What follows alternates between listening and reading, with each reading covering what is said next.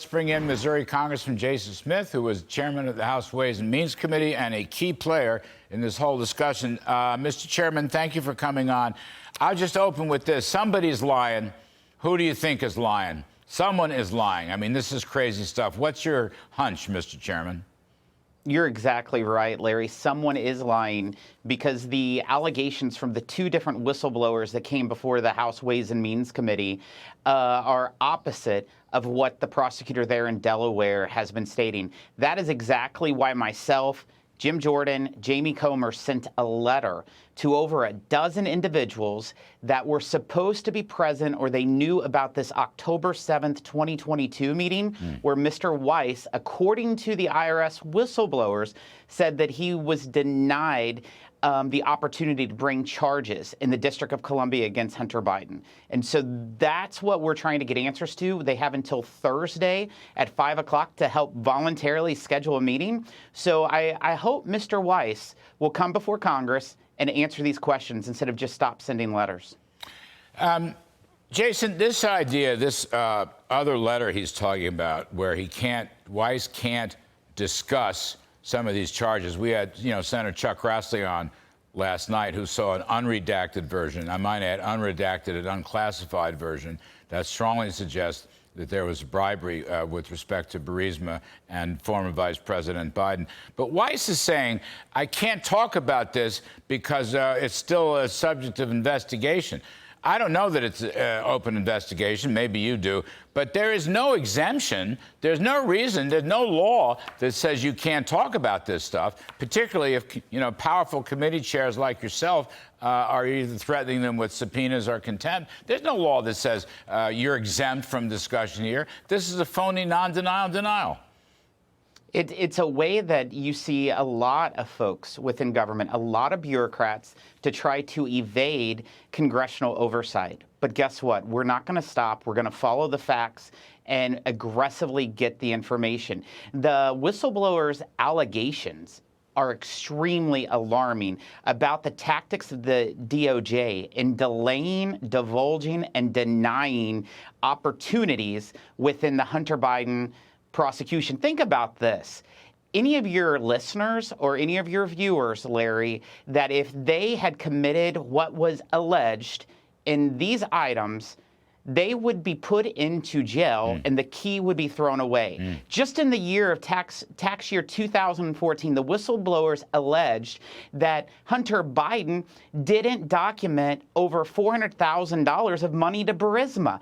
But guess what? Because of the Justice Department delayed, it allowed the statute of limitations to run for the tax years of 2014 and 15, which happened to be the same time Hunter Biden's father was vice president of the United States. Right. Think of that.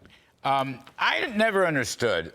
I got a couple more for you, and then maybe we'll talk taxes in a minute. But look at exactly. We know from these various bank accounts reported by the Treasury and also private banks. Jamie Comer is going to be getting some stuff from directly from the bank. But we know that a lot of money was put into these little LLCs by all the Biden family members, okay? Not the Ozarks granddaughter. She was about the only one that didn't have an LLC, although who knows how that's going to turn out. That was a joke. I'm just being wise ass. But the fact is, up to $40 million changed hands, okay? My question is, Mr. Chairman, what did they get in return for that $40 million? In other words, is it usually in business, as you know, if I give you money, you give me a product. I get something or I get a service. What exactly did the Bidens give them in return for $40 million? Larry, that's exactly what we have to find out. But what the whistleblowers highlighted in their over 14 hours of testimony was, in fact, we asked them about 20 of those different LLCs that Jamie Comer had unsurfaced through bank accounts. They verified 19 of the 20, and they could have been the 20th, but they knew 19 of the 20. Over $8.3 million is what Hunter Biden received from 2014 to 2019. He had gifts like a Porsche over $140,000, a diamond ring valued over $80,000, and it was money coming from China entities, Ukraine entities, and Romania entities. It's absolutely absurd. You can smell corruption all over this, and it's all tied to all the Bidens. Influence peddling. I mean, one has to conclude influence peddling, and I know it's an allegation, but a strong probability and a growing probability based on the evidence of bribery. Policy changes from a foreign national. Jason Smith, one other thing on this. The WhatsApp communication that surfaced in your committee that made so much news before the July 4th break, where Hunter Biden is yelling at this Chinese guy, whatever he was, investment guy, tied to Chinese communist intelligence. My father is sitting right here, and you better pony up. And then a couple days later, $5 million changed hands. What's happening with that WhatsApp communication? That was a big part of what the whistleblowers highlighted to us throughout the process. The information that was in there absolutely contradicts what President Biden has said from day one. Mm-hmm. He has said for years that he knew nothing of any of his son's business dealings. But guess what? After that WhatsApp message came out, the White House started to sing a different tune, and they said that he wasn't involved in his son's business dealings. So they're gradually moving the goalpost. There's a lot to continue to unravel. That's why we need these folks to come before us and answer to the members of Congress. Thank you for that. Next steps in your committee will be what? We're waiting until those over a dozen individuals that we've requested to come before Congress, they have until 5 o'clock on Thursday to respond. Okay. So we can get down to the details. Right, I got it. Okay, you said that before. My bad. Jason, let me just have one. I know you put together a tax package. It's not going to be the final word on your tax reform, but I just want to show you. I know I sent you this. My buddy Art Laffer, your friend Art Laffer, was not happy with the tax package. Please take a listen.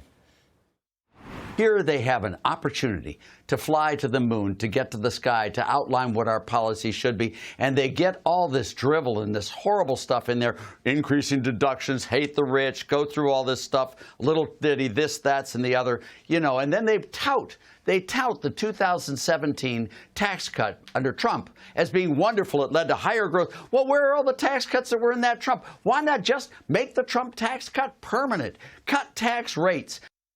All right. So the great Art Laffer, I will simply echo his question to you, Mr. Chairman. Why not just make the Trump tax cuts permanent? Why not lower the rates, broaden the base?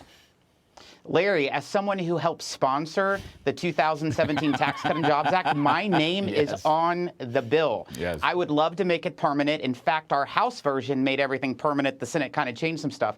But I would have to disagree very strongly with Art Laffer. If you look at the piece of legislation that we have, we are adding to the Tax Cut and Jobs Act more than 80% of the scored costs by joint tax are additions to the current 2007 Tax and Cut and Jobs Act. There's provisions that have expired, such as research and development, interest deductibility, bonus depreciation is phasing out. We're making sure that it goes with the whole cliff in 2025. This is a step to move forward. Whenever you look at the 100% expensing, Larry, under the Trump tax cuts, we increased it from $500,000 to $1 million. My bill will increase it from $1 million to $2.5 million of 100% expensing for small businesses. That showed exponential growth for small businesses. And if we really want to deliver for small businesses, working class families, and farmers, this is a good step. Do we want to go farther?